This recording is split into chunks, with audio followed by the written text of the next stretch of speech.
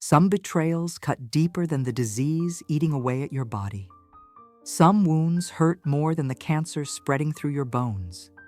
Even now, 3 years after my diagnosis, the memory of my grandchildren's faces, transformed from love to calculation in an instant, can bring me to tears faster than any physical pain ever could. My name is Margaret Winters. I'm 72 years old, living in a sunlit apartment overlooking the harbor in Seattle. To my neighbors, I'm just the kind-hearted elderly woman who organizes the building's book club and brings homemade sourdough to newcomers. They see my carefully cultivated garden on the balcony, my volunteer work at the literacy center, my peaceful retirement. They don't see the nights I lie awake wondering where I went wrong. I wasn't born into wealth or privilege. My story begins in Millfield, a fading factory town outside of Pittsburgh, where the steel mills once belched smoke day and night. My father worked the blast furnace at Westingdale Steel for 37 years, coming home with soot embedded so deeply in his skin that my mother joked he was turning to metal himself. Our family lived in a modest 2-bedroom house in the shadow of the mill. 4 children shared one bedroom. My brothers Michael and Joseph in bunk beds against one wall. My sister Elaine and I in a double bed against the other. The walls were thin enough that winter drafts would flutter the pages of whatever book I was reading by flashlight after everyone else had fallen asleep. Education wasn't a priority in Millfield. Most boys followed their fathers into the mill. Most girls married young and started families. But I was different. Stubborn, my father called it. Hungry for knowledge. My 8th grade teacher, Mrs. Landry, said, when she lent me books from her personal collection after I'd exhausted our small-town library's offerings. I worked at the 5 and dime after school and on weekends, saving every penny. Not for clothes or records like other girls my age, but for college. My parents weren't against higher education. They simply couldn't imagine it. No one in our family had ever gone beyond high school. College was for people in the nice houses up on Ridgemont, not for mill workers' children. Dreams are fine, Maggie, my mother would say, patting my hand, but you need practical skills too. So she taught me to cook, to sew, to stretch a dollar until it screamed. Lessons I never realized would serve me so well decades later. By 18, I'd saved enough for 2 semesters at the state college 30 miles away. I rode the bus there and back each day, working evenings at the campus library. It took me 6 years to earn a 4-year degree in business administration, but I did it without debt, without asking my parents for a dime they couldn't spare. The day I graduated, my father, a man of few words and fewer displays of emotion, hugged me and whispered, "You showed us all a different way, Maggie. I'm proud of you." That moment, more than the diploma itself, told me I'd broken the cycle. The year was 1977 when I landed my first corporate job at Allegheny Financial, a regional bank with aspirations of expansion. I started in the customer service department, the only woman among 7 MBA graduates in the training program. The men were invited to golf outings with senior executives. I was asked to order lunch for meetings I wasn't invited to attend. Just how it is, my supervisor shrugged when I inquired about the disparity. Be grateful you got this far. But gratitude wasn't in my nature, at least not the kind that accepted inequality as inevitable. Instead, I worked harder, arrived earlier, stayed later, took night classes in accounting and computer systems. I volunteered for projects no one wanted, mastered skills others deemed unnecessary. I met Richard during this time, a quiet, thoughtful engineer who never questioned my ambition, who saw my drive as admirable rather than unfeminine. We married in 1980, bought a small starter home, and agreed to postpone children until my career was established. When our daughter Catherine arrived in 1983, followed by Thomas in 1985, we balanced family and careers with the same methodical approach we brought to everything. Meanwhile, the banking industry was transforming. Computers replaced ledger books. Mergers created financial behemoths. Deregulation opened new possibilities. While others resisted the changes, I embraced them. I moved from customer service to lending, then to investment services just as the market began its historic bull run. By 1990, I'd been promoted to regional manager, overseeing 7 branches. Richard and I moved to a larger house in a better school district. We hired help with housekeeping and childcare, practical solutions that allowed both our careers to flourish without sacrificing our children's well-being. My parents never quite understood my world. During their occasional visits, my father would whistle at the size of our home, asking half-jokingly if we'd gotten lost in it yet.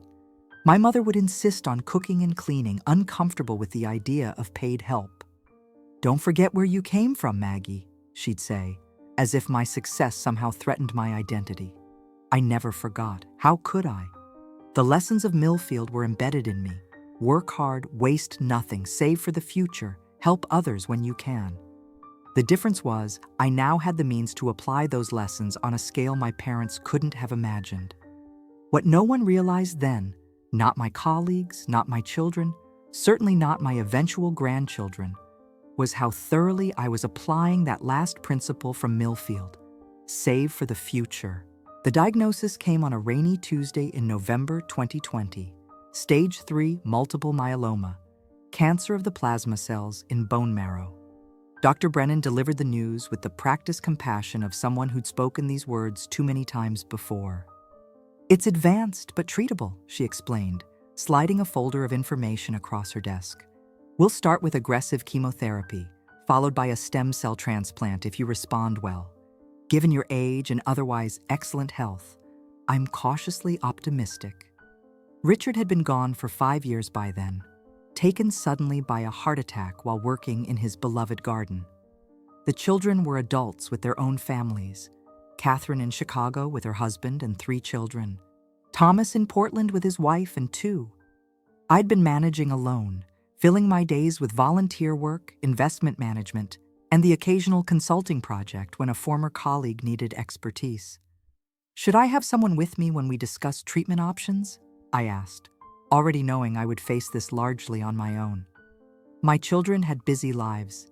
I'd always been careful not to impose. Dr. Brennan nodded. "Family support makes a significant difference in cancer outcomes, Mrs. Winters. This will be a difficult journey." I called Catherine first. She was the organized one, the planner, so like her father in her methodical approach to problems. Her initial reaction was everything I could have hoped for: concern, questions about treatment options, offers to fly out immediately. "I need to talk to Mark about logistics," she said. "The kids have school and his work schedule is crazy this quarter, but we'll figure something out. Maybe we can take turns coming out." Thomas was more emotional, his voice catching as he processed the news. "This can't be happening, Mom. Not to you. You're the strongest person I know." His wife, Rachel, took the phone. "We're coming, Margaret. Thomas can work remotely and the boys can miss a few weeks of school. Family comes first." Their reactions warmed me, but I waved off their offers to uproot their lives. "Let's be practical," I insisted. "The treatment will take months. You can't abandon everything for that long. I've already looked into home health services." What I didn't tell them was the other practical concern: the cost. Even with Medicare and my excellent supplemental insurance, cancer treatment would be expensive. I had substantial savings, of course, but decades of financial planning had taught me to consider all angles. What I couldn't have anticipated was how quickly practical considerations would devolve into something uglier when money entered the equation. It began innocuously enough with a visit from Catherine a week after my diagnosis. She'd flown in alone, leaving Mark with their children, armed with a 3-ring binder already filled with tabbed sections for medical information, insurance details, and treatment schedules. "I've been researching treatment centers," she announced over coffee my first morning with her. "Memorial Sloan Kettering has an excellent multiple myeloma program. We should consider getting you to New York." "That's thoughtful, sweetheart, but Dr. Brennan is affiliated with Seattle Cancer Alliance. They're one of the top programs in the country." Catherine frowned. "Still, for something this serious, we should explore all options. What about Mayo Clinic? They're doing cutting-edge research." I understood her impulse. Information gathering was how she managed anxiety, but I also recognized something else forming beneath the surface. A daughter confronting her mother's mortality, and trying to control the uncontrollable. Later that day, as I rested on the sofa, I overheard her on the phone with her brother. "We need to talk about Mom's finances," she was saying, voice hushed. "Have you seen what cancer treatment costs, even with insurance? And what about afterward? She lives alone in that expensive apartment. What if she needs full-time care?" A pause. "I know she's always been independent, but she's being stubborn about this. She won't even consider moving to Chicago where I could oversee things." Another pause. "Well, someone needs to be practical here. She doesn't have unlimited resources." That was where Catherine was wrong. What my children never fully understood was how I'd managed my money over the decades. They knew I'd had a successful career, that I'd invested wisely, that I lived comfortably, if not extravagantly. What they didn't know was the extent of my portfolio, diversified across real estate, stocks, bonds, and several private equity ventures. It wasn't that I'd hidden my wealth intentionally. Richard and I had simply grown up in families where finances weren't discussed openly. We'd raised our children with everything they needed and many things they wanted, but we'd also emphasized work ethic, educational achievement, and financial responsibility. They had college funds and modest trusts when they graduated. They'd both received down payment assistance for their first homes. But we'd never believed in unlimited financial support. "Giving children too much too soon robs them of the satisfaction of achievement," Richard used to say. I'd agreed. Now, as I listened to Catherine's conversation, I wondered if that philosophy had backfired. Had our discretion about our true financial position somehow communicated scarcity rather than prudence? The question became more pressing 2 days later when Thomas and Rachel arrived with their boys, Alex and Ethan, now teenagers more interested in their phones than in their ailing grandmother. The family dynamic shifted immediately, tensions rising as the siblings began debating what to do about Mom, as if I weren't present. Before I continue with how things unraveled, I'd like to pause and ask, have you ever been made to feel invisible in discussions about your own life? The particular powerlessness of being present while others make plans for you, around you, without consulting you. It's a special kind of erasure that happens often to the elderly, to the ill, to anyone society has deemed vulnerable. Good intentions pave this road too, not just callousness. My children genuinely believed they were acting in my best interest. They simply forgot that having cancer hadn't diminished my capacity to make decisions, hadn't erased 7 decades of independence and self-determination. If you're watching this and you're caring for an aging parent or relative, please remember, support doesn't mean taking over. Assistance doesn't require removing agency. The most loving thing you can do for someone facing illness or aging is to include them in every conversation about their care, their future, their choices.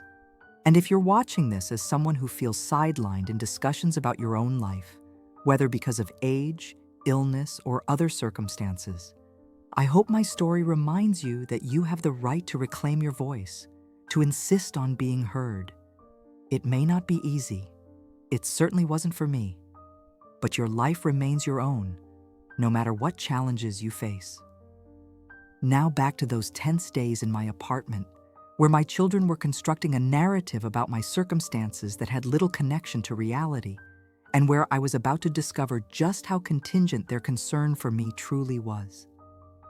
The conversations grew increasingly pointed as the week progressed. Catherine had taken it upon herself to review my insurance documents, making noises of concern about coverage limits and out-of-pocket maximums. Thomas, never comfortable with financial discussions, would change the subject whenever possible, focusing instead on practical matters like driving me to appointments or preparing healthy meals. But the undercurrent was impossible to ignore. My children were worried not just about my health, but about the cost of my illness, and though unspoken, about what it might mean for their expected inheritance. I could have corrected their assumptions then, pulled out my financial statements and shown them exactly how secure my position was, that I could have afforded the very best treatment, full-time care, and still left them substantial legacies. But something stopped me. A voice that whispered, Wait, watch, learn, so I did, and what I learned changed everything. So I did. The treatment began in December. Harsh chemotherapy that left me nauseated, exhausted, and temporarily dependent in ways I'd never experienced. My thick silver hair fell out in clumps, then disappeared entirely. 20 pounds melted from my already slender frame. The vibrant, energetic woman I'd always been seemed to vanish, replaced by a pale shadow who needed help getting from bed to bathroom. It was during this vulnerable time that I met Sofia Mendez, my primary oncology nurse. In her mid-50s, with laugh lines around her eyes and a backbone of steel beneath her gentle demeanor, Sofia became my advocate, my confidant, and eventually, my friend. "You look like hell today, Margaret," she'd announce cheerfully while checking my vitals. The honesty refreshing after my children's forced optimism. "Let's see what we can do about that." She'd adjust my medications, bring warm blankets, share stories about her 3 children who'd all chosen healthcare professions, despite seeing what it did to their mother, she'd joke. On days when I could barely speak from the nausea, she'd sit quietly beside me, her presence more comforting than any platitude. Sofia was the one who noticed when my children's visits became less frequent, their excuses more elaborate. Catherine had urgent client situations that prevented her from flying out as planned. Thomas had scheduling conflicts that kept him away. They sent flowers, called daily with cheerful updates about their lives, but their physical presence dwindled as the weeks of treatment stretched into months. "Family can be complicated during illness," Sofia observed one day while helping me walk the hallway, a painful but necessary exercise. "Sometimes it's their own fears they're avoiding, not you." I nodded, too breathless to respond, but the truth was more complex. My children weren't just avoiding their fears, they were avoiding the financial burden they assumed I'd become. The few times they did visit, the conversations increasingly centered around practical options for my future. "Mom, we've been thinking," Catherine began during one such visit in February. "That apartment of yours is so expensive, and with these medical bills piling up, maybe it makes sense to sell it and move somewhere more manageable." "Like assisted living," Thomas added hastily. "Not a nursing home or anything. Somewhere nice with activities and people your age." Somewhere less expensive, they meant. Somewhere that wouldn't drain what they presumed were my limited resources. Resources they clearly viewed as their future inheritance. I might have confronted them then, but a new presence interrupted our conversation.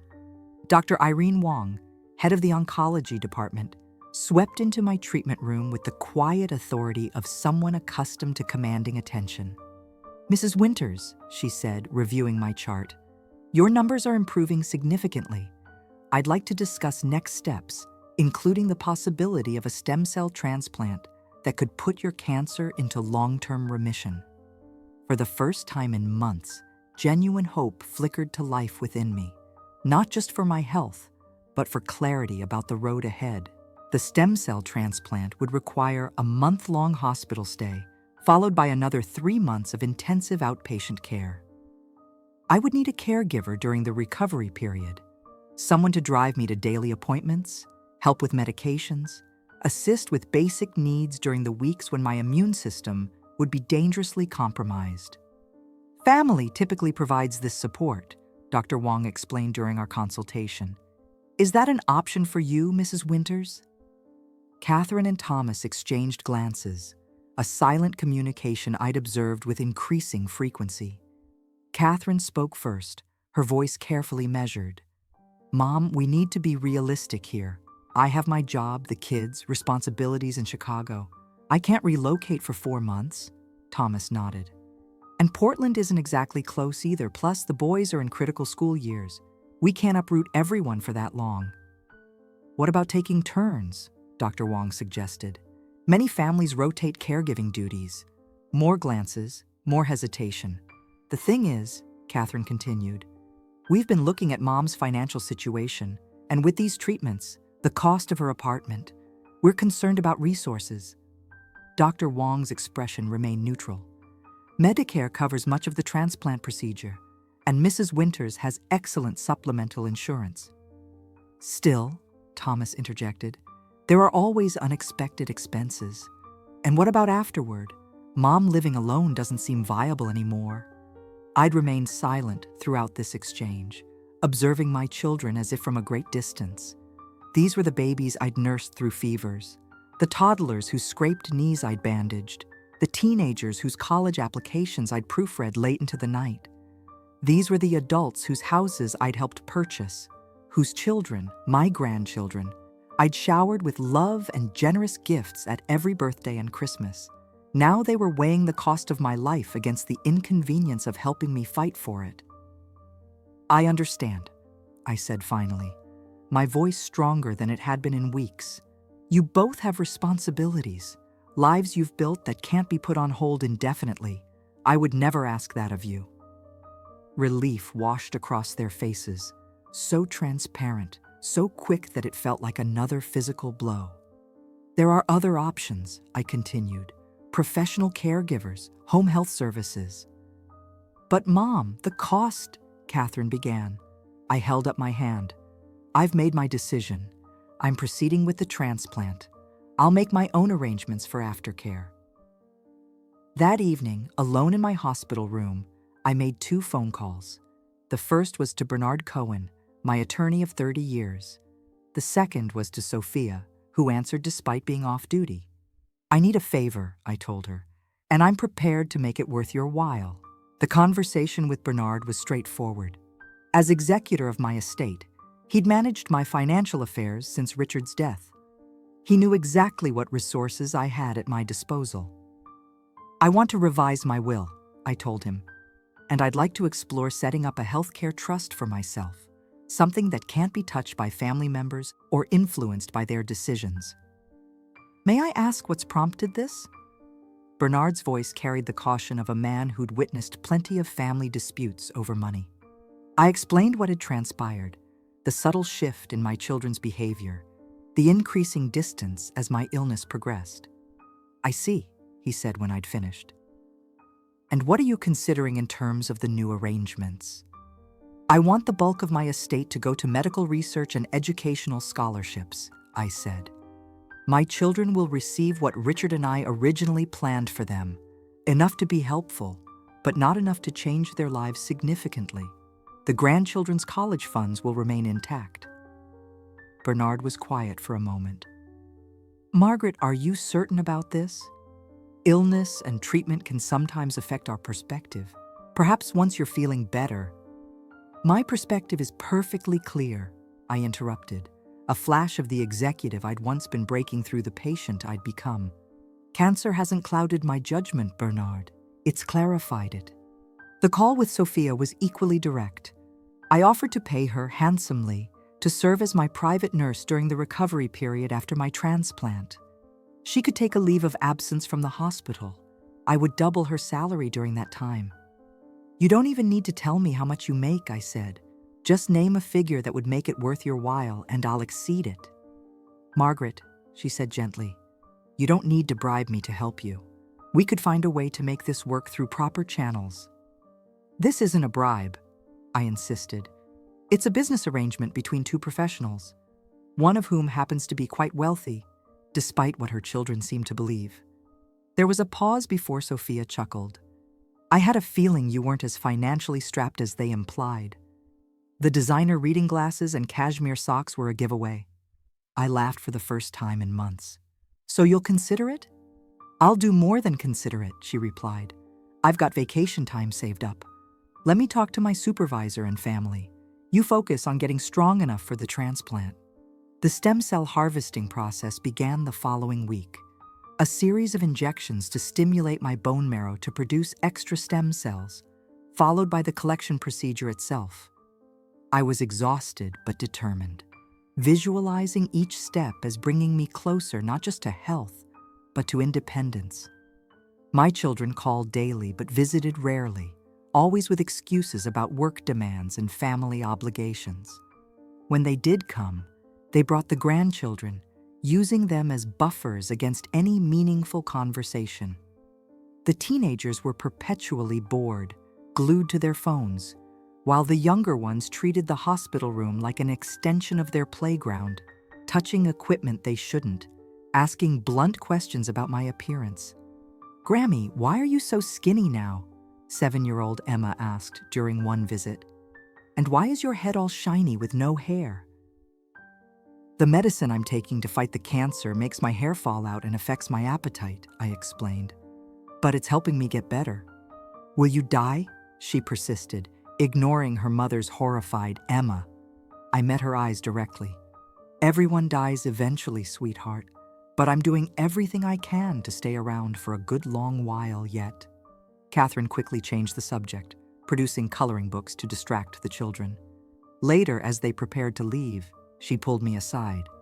"Mom, we found some really nice assisted living facilities near me in Chicago. Very reasonable monthly rates, and they provide medical supervision. Maybe after this treatment, you should consider selling the apartment and—" "Let's focus on one thing at a time," I interrupted. "The transplant is scheduled for next week. That's all I can think about right now." She nodded, but I could see the calculations continuing behind her eyes. The stem cell transplant itself is largely a blur in my memory. Days of high-dose chemotherapy to destroy my diseased bone marrow, followed by the infusion of my previously collected healthy stem cells. What remains crystal clear is the aftermath. Weeks of profound fatigue, the constant threat of infection as my immune system rebuilt itself, and the surprising peace I found in having made my decision about the future. Sophia arrived the day I was discharged from the hospital, moving into my guest bedroom with an efficiency that suggested military training rather than nursing school. She established routines for medications, meals, and rest periods. She drove me to daily clinic appointments, kept meticulous records of my blood counts and symptoms, and became the gatekeeper who managed visitors with polite firmness. "Your daughter called," she informed me one afternoon. "She wanted to visit with all 3 children this weekend. I told her it wasn't advisable given your compromised immune system." I raised an eyebrow. "What did she say to that?" "She suggested I was being overprotective." Sophia's expression remained neutral. "I reminded her that protecting you is literally my job right now." As the weeks passed, my strength gradually returned. First, I could walk from bedroom to living room without resting. Then I could prepare simple meals alongside Sophia. By the 3rd month post-transplant, I was taking short walks in the courtyard of my apartment building, nodding to neighbors who expressed delight at seeing me up and about. Throughout this time, my children maintained their distance, limited to video calls and occasional brief visits that seemed more obligation than desire. The grandchildren appeared increasingly less often on these calls, always with excuses about homework or activities that prevented them from speaking to their grandmother. What they didn't know, what I hadn't yet told them, was that Dr. Wong had pronounced my response to treatment remarkably positive. The cancer was in remission, not cured. Multiple myeloma rarely is, but controlled to the point that I could resume many normal activities with proper monitoring. I didn't share this news immediately. Instead, I asked Bernard to move forward with my estate plans while I considered how to address the family situation. The new arrangements were complex. A significant portion of my fortune dedicated to cancer research, particularly focused on treatments for elderly patients, scholarships for business students from working-class backgrounds like my own, charitable foundations that aligned with causes Richard and I had supported throughout our lives. My children and grandchildren were not left destitute by any means. They would each receive what we had originally intended, sums that would make life easier but not eliminate the need for their own efforts. The grandchildren's education was secured through college, provided they maintained reasonable academic standing. What they would not receive was the windfall they clearly anticipated, the millions they had been counting on, the wealth that had made my potential long-term care appear to them as a threat to their inheritance, rather than a necessary support for their mother. With my health improving and my financial affairs in order, I invited Catherine and Thomas to visit, separately, as they rarely coordinated their trips. I asked them to come without spouses or children. "There are some matters we need to discuss as adults," I explained. Catherine arrived first, her expression a mixture of concern and calculation as she surveyed the apartment, noting the absence of medical equipment, the color that had returned to my cheeks. "You're looking better," she said, embracing me briefly. "Is the treatment working?" "Yes," I replied simply. "Dr. Wong is very pleased with my progress. The cancer is in remission." Her face brightened. "That's wonderful news. So you're cured?" "Not cured, in remission. I'll need ongoing maintenance therapy, regular monitoring, but I can resume most normal activities." "Including living independently?" The question carried weight beyond its surface meaning. "Yes, Catherine, including living independently in my own home, which I have no intention of selling." The final confrontation, if one can call truth by such a combative name, came in early October, nearly a year after my initial diagnosis. By then, my hair had begun to grow back, a softer silver than before. I'd regained most of the lost weight. Sophia had returned to her hospital position, though we remained close friends, meeting weekly for coffee and battlefield memories. My children had both visited separately, expressing appropriate happiness at my recovery, while continuing to drop subtle and not so subtle hints about downsizing and practical arrangements for the future. The grandchildren remained distant, their appearances on video calls perfunctory when they appeared at all. I invited everyone to Seattle for what I described as a celebration of recovery. Catherine, Thomas, their spouses, all 7 grandchildren, a family reunion of sorts. To my mild surprise, they accepted, arranging to stay at a nearby hotel rather than crowding into my apartment. The day before their arrival, I met with Bernard one final time to confirm the details of my new estate plan. All documents had been signed, all arrangements finalized. There would be no last-minute changes, no emotional reversals. "Are you certain about this approach?" he asked as we concluded our business. "It will likely cause significant family tension." "The tension already exists," I replied. "I'm simply bringing it into the open where it can be addressed honestly." The family gathering began pleasantly enough. I'd arranged for a catered dinner in my apartment. Nothing extravagant, but enough to mark the occasion as special. The adults made awkward small talk while the grandchildren alternated between sullen silence and furtive glances at their phones under the table. After dessert was served, I tapped my water glass gently. "I'd like to thank you all for coming today. As you know, this past year has been challenging, but I'm grateful to report that my health has improved significantly." Murmurs of approval circulated around the table. During my illness, I've had ample time to reflect on what matters most, on family, on legacy, on the values that have guided my life. Catherine and Thomas exchanged a quick glance, sensing perhaps that the conversation was heading in an unexpected direction. I've also had occasion to observe how each of you responded to my diagnosis and treatment, the choices you made about how to support or not support me during that difficult time. The room grew very still. What I witnessed disappointed me deeply. My voice remained calm, controlled. Not because you couldn't drop everything to care for me. I never expected that. But because when faced with the possibility that my illness might impact your anticipated inheritance, your concern for my well-being became secondary to your financial interests. "Mom, that's not fair," Thomas began. I held up my hand. "Please let me finish. For months, I've listened to suggestions about selling my home, about moving to more practical accommodations, about arranging my life to preserve what you assumed were limited resources. Not once did either of you ask about my actual financial situation. Not once did you consider that I might have the means to provide for my own care without compromising my quality of life." Catherine's face had flushed red. "We were trying to be practical. You were trying to protect what you thought you would eventually receive," I corrected her. "And in doing so, you taught my grandchildren a terrible lesson about the value of family versus the value of money." I turned to address the grandchildren directly. "Your parents didn't know, and apparently never bothered to inquire, that your grandfather and I built considerable wealth during our careers. Wealth that could have easily covered any healthcare costs, any living arrangements I might have needed, without significant impact to what you might eventually inherit.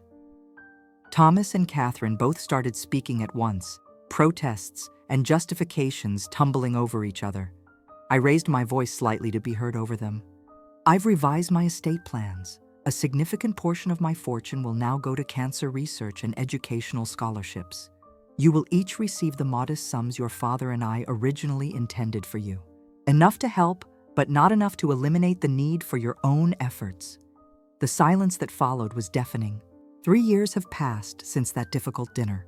The relationships with my children remain strained, though we've established a kind of truce built around carefully scheduled holiday gatherings and polite conversations that never touch on finances. Some of the grandchildren, particularly Thomas's older boy Alex, have made tentative efforts to reconnect, seemingly motivated by genuine regret rather than financial recalculation. My cancer remains in remission, though I've had a few scares that reminded us all of the fragility of life and health. Sophia has become my closest friend. We travel together occasionally, most recently to Italy, where I finally saw the art and architecture I'd only read about in books. I've established a foundation that provides emergency financial assistance to cancer patients who cannot afford treatment, people without my resources, facing the same disease, but with far fewer options. Working with these families has been the most rewarding experience of my later years, a purpose that emerged directly from my own hardship. Sometimes I wonder if I was too harsh with my children, if my response to their behavior during my illness reflected my own hurt feelings more than objective judgment. But then I remember the calculating looks, the transparent relief when they could avoid disrupting their lives to help me, the persistent focus on my resources rather than my recovery. Money reveals character, it doesn't create it. The wealth Richard and I accumulated allowed my children to show who they truly were when faced with difficult choices. What they revealed wasn't monstrous, just ordinary human selfishness, the kind that prioritizes convenience over compassion, inheritance over involvement. If you're watching this and facing illness or aging, my advice is simple. Be honest about your resources with those who need to know. Don't let assumptions drive family dynamics or care decisions. And remember that you have the right to direct your assets as you see fit, to reward those who have demonstrated love and support, to further causes you believe in, to leave the world better than you found it. If you're caring for an elderly parent or relative, remember that their needs and wishes should remain central to any decisions about their care. Being practical doesn't mean being callous. Financial considerations matter, of course, but they should never outweigh human dignity and agency. And finally, if you're counting on an inheritance to secure your future, don't. Build your own financial security through work, wise choices, and deliberate planning. View anything you might receive from parents or relatives as an unexpected blessing rather than an entitlement. The true wealth in life isn't measured in dollars, but in connections, in relationships built on genuine care rather than expectation or obligation. My bank accounts may be considerable, but my richest asset is the knowledge that those who remain in my life now are there because they value me, not what I can give them. That clarity, painful as it was to achieve, is worth more than any fortune.